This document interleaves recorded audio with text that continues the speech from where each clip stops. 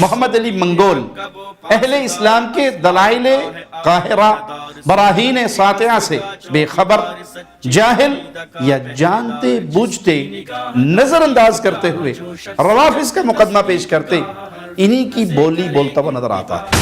روایت سندن ثابت بھی نہیں اور متن میں یہ بات بھی نہیں کہ جنگ جمل کی وجہ سے یہ بات کہی تھی، لیکن مرزا ان باتوں کا دلیل سے جواب دینے کی بجائے بار بار یہی روایت پیش کر دیتا ہے۔ کیونکہ قرآن میں حکم ہے نبی کی بیویوں گھروں میں ٹھہری رہو، تو حضرت عائشہ کو اس بات کا غم تھا کہ مجھے یہ نہیں کرنا چاہیے تھا۔ یہ اللہ کے نیک بندوں کی نشانی ہوتی ہے، اللہ تعالیٰ انہیں مرنے سے پہلے توفیق دے دیتا ہے توبہ کی۔ روافض کی تقلید میں مرزا کا ام المؤمنین صدیقہ کائنات عائشہ صدیقہ رضی اللہ تعالی عنہ سلام اللہ علیہا پر سورۃ الاحزاب کی آیت 33 فٹ کرنا باطل اور سخت گستاخی ہے۔ عقل و ویلی پارٹی اگر یہ جنگ اللہ ورسز ہوتی تو پھر اللہ کے مقابلے میں آ کر مرنے والے جنتی کیسے ہوتے؟ یہ خود سیدنا علی کا فہم ہے، یہ فہم سلف تمہیں کیوں ہضم نہیں ہوتا؟ السلام علیکم ورحمۃ اللہ وبرکاتہ۔ ان الحمد للہ نحمده ونستعینه ونستغفره ونعوذ باللہ من شرور انفسنا ومن سیئات اعمالنا من يهده الله فلا مضل له ومن يضلل فلا هادي له أشهد أن لا إله إلا الله وحده لا شريك له وأشهد أن محمدا عبده ورسوله أما بعد۔ روافض کا ایک زمانے سے یہ جھوٹا پروپیگنڈا ہے کہ نعوذ باللہ ثم نعوذ باللہ عائشہ صدیقہ رضی اللہ تعالی عنہ کو امیر المؤمنین امیر علی سے بغض تھا، وہ ان کی خلافت سے خوش نہیں تھی۔ جمل میں بھی امیر المؤمنین امیر علی رضی اللہ عنہ کے خلاف جنگ کے لیے نکل کھڑی ہوئی تھی، اللہ اور اس کے رسول کی نافرمانی کے لیے، نعوذ باللہ ثم نعوذ باللہ۔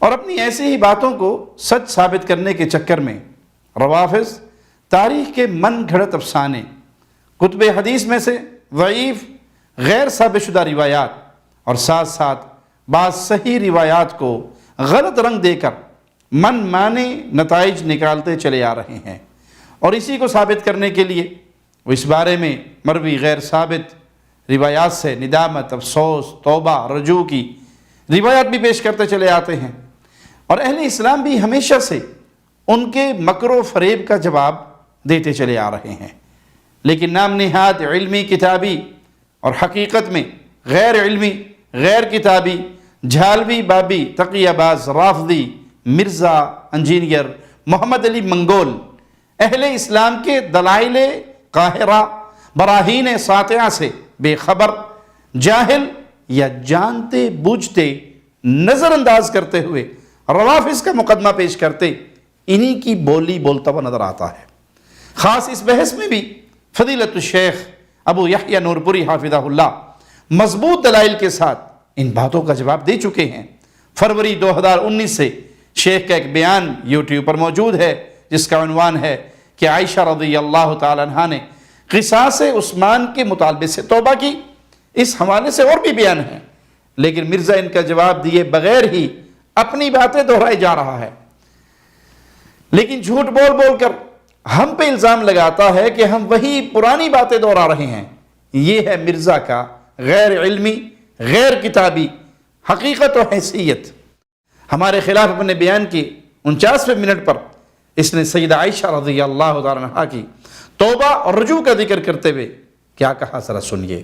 اور پھر حضرت علی نے انہیں رخصت کیا ماما بن ابی بکر کے ساتھ، ان کے بھائی کے ساتھ، عزت کے ساتھ گھر تک پہنچایا اور کہا تو آج بھی میری ماں ہے، لیکن یہ جو کچھ ہوا وہ پھر پوری زندگی روتی تھی۔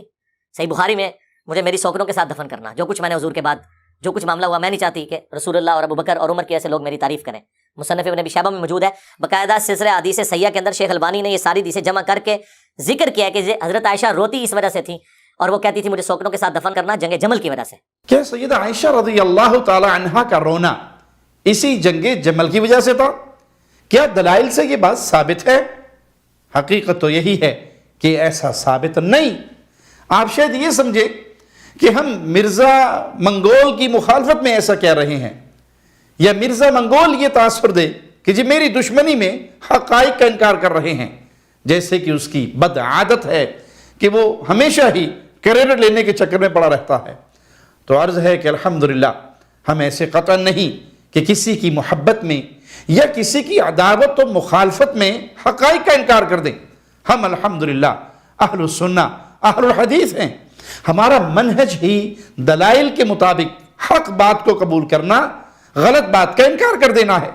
ایسے میں ہم محبت اور مخالفت اور اپنے اور پرائے کے معاملے کو ایک طرف رکھ کر ہی اللہ کی رحمت سے حق کے مطابق بات کرتے ہیں۔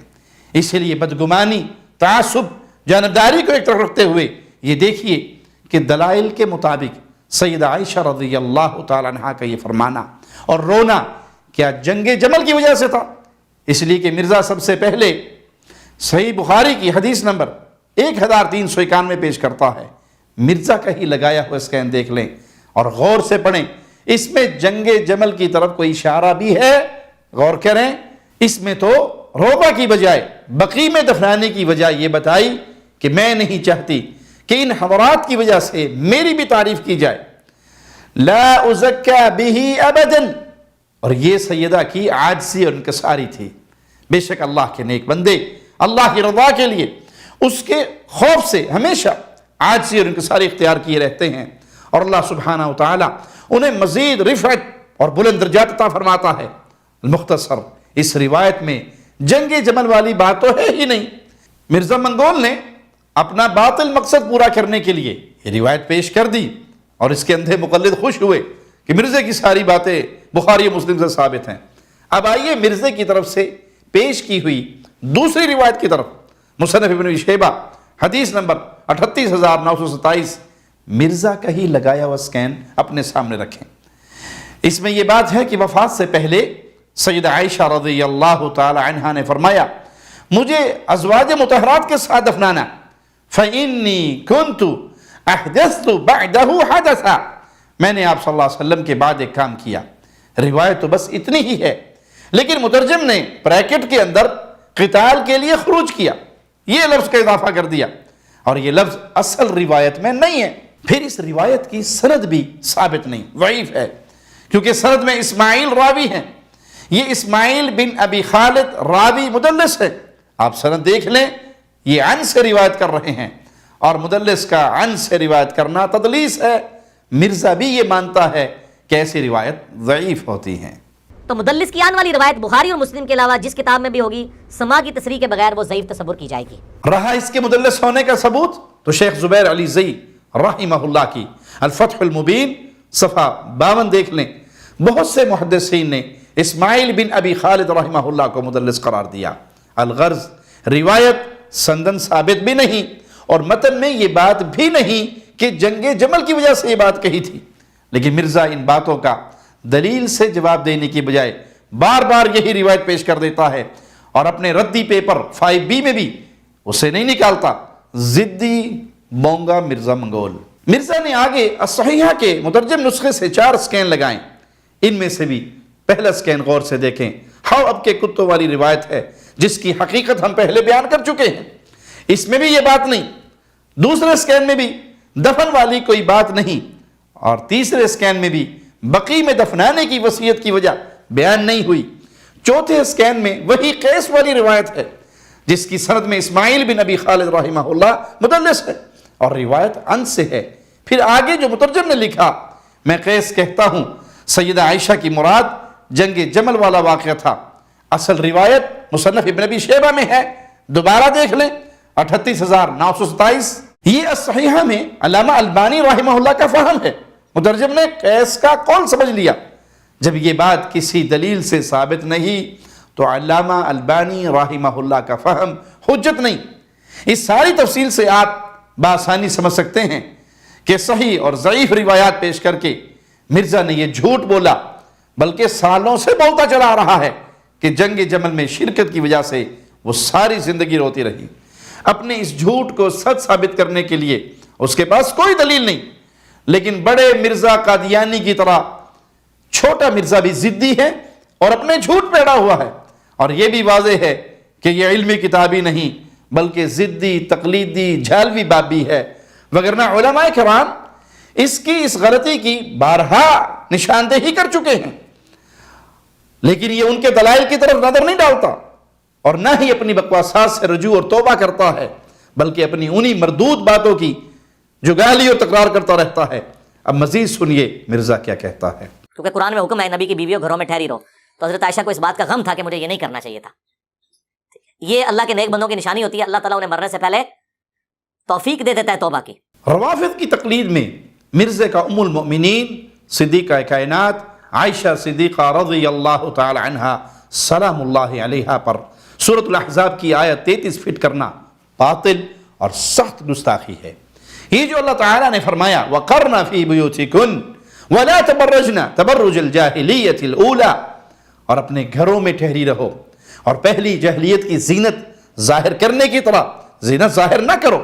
اس آیت کریمہ کا یہ مفہوم قطعاً نہیں کہ ازواج مطہرات یا دیگر مومن خواتین ضروری اور شرعی کاموں کے لیے بھی گھروں سے باہر نہیں نکل سکتی۔ صحیح بخاری حدیث نمبر 4795 سیدہ عائشہ رضی اللہ تعالی عنہا سے روایت ہے کہ ام المؤمنین سیدہ سودا رضی اللہ تعالی عنہا پردے کا حکم نازل ہونے کے بعد اپنی ضرورت کے لیے گھر سے باہر نکلی۔ وہ بھاری بھرکم خاتون تھی، جو انہیں پہچانتا تھا وہ پردے میں بھی یہ ان سے مخفی نہ رہ سکتی تھی، مطلب پہچان لی جاتی تھی کہ یہ ام المؤمنین سیدہ سودا ہیں۔ راستے میں امیر المؤمنین سیدنا عمر نے انہیں دیکھا تو فرمایا اے سودا، اللہ کی قسم آپ ہم سے خود کو چھپا نہیں سکتی، دیکھیں آپ کیسے باہر نکلتی ہیں۔ سیدہ سودا یہ سن کر الٹے پیر واپس چلی آئیں، جبکہ رسول اللہ صلی اللہ علیہ وسلم اس وقت میرے گھر رات کا کھانا کھا رہے تھے۔ سیدہ سودا نے داخل ہوتے ہی سارا معاملہ بیان فرمایا۔ اسی وقت آپ صلی اللہ علیہ وسلم پر وحی کا نزول ہوا اور آپ صلی اللہ علیہ وسلم نے فرمایا اِنَّهُ قَدْ أُذِنَ لَكُنَّ أَن تَخْرُجْنَ لِحَاجَتِكُنَّ، بے شک تمہیں اپنی ضروریات کے لیے باہر نکلنے کی اجازت دے دی گئی۔ امی عائشہ صدیقہ سلام اللہ علیہا جنگ جمل میں اپنے سگے بھانجے عبداللہ بن زبیر رضی اللہ عنہ کے ساتھ تھی۔ یہ سفر محرم کے بغیر نہیں تھا کہ خواتین محرم کے بغیر سفر کریں تو ان کے لیے حرام ہے۔ اس پر تبرج جاہلیت والی آیت فٹ کرنا مرزے منگول کا باطل طرز عمل اور سیدہ کائنات کے ساتھ دشمنی ہے۔ آگے سنیے مرزا کیا کہتا ہے۔ اہمی تو نہیں، عمار ابن یاسر نے فرما دیا تھا صحیح بخاری میں کہ اے لوگو، عائشہ بصرہ سے روانہ ہو چکی ہیں، وہ دنیا اور آخرت میں تمہارے نبی کی بیوی ہیں، مرتبہ نہیں کم ہونے دیا، لیکن اللہ تمہیں آزمائے گا کہ تم اللہ کی اطاعت کرتے ہو یا عائشہ کی اطاعت کرتے ہو، کیونکہ علی کی اطاعت اللہ کی اطاعت ہے، اطیعوا اللہ و اطیعوا الرسول و اولی الامر منکم۔ اب دیکھ لیں، یعنی حضرت عمار نے یہ نہیں کہا علی ورسز عائشہ طلحہ و زبیر، اللہ ورسز، لیکن عزت نہیں کم کی، کہا دنیا اور آخرت میں تمہارے نبی کی بیوی ہیں، یہ تمہارے پہ آزمائش آ پڑی ہے۔ سلف کا فہم لو جی، عمار ابن یاسر کا فہم لے لو۔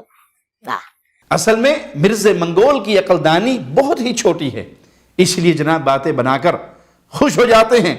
سیدنا عمار رضی اللہ عنہ وارضاہ نے بے شک یہ ضرور فرمایا تھا کہ تم اللہ کی اطاعت کرتے ہو یا سیدہ عائشہ رضی اللہ تعالی عنہ کی، کیونکہ امیر کی اطاعت اللہ ہی کی اطاعت ہے، لیکن یہ نہیں فرمایا تھا اللہ ورسز، کیونکہ جو اللہ ورسز آ جائے، اللہ کے مقابلے میں آ جائے، پھر وہ قابل احترام کیسے رہ سکتا ہے۔ علی رضی اللہ عنہ کے مقابلے میں آنے کے باوجود بھی مقام و مرتبہ کا برقرار رہنے کی بات یہ ثابت ہے، اور یہی اہل اسلام کا موقف ہے، اور روافض کے یہ خلاف ہے نہ کہ ہمارے۔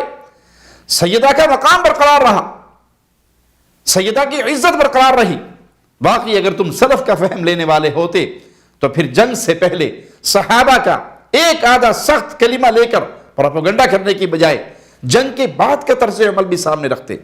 تم خود ہی اپنے ردی پیپر 5B میں لکھ چکے ہو اور بیان بھی کرتے ہو کہ مولا علی رضی اللہ عنہ نے صفین میں دونوں طرف کے مقتولین کو جنتی قرار دیا۔ اکلو ویلی پارٹی اگر یہ جنگ اللہ ورسز ہوتی تو پھر اللہ کے مقابلے میں آ کر مرنے والے جنتی کیسے ہوتے؟ یہ خود سیدنا علی کا فہم ہے، یہ فہم سلف تمہیں کیوں ہضم نہیں ہوتا؟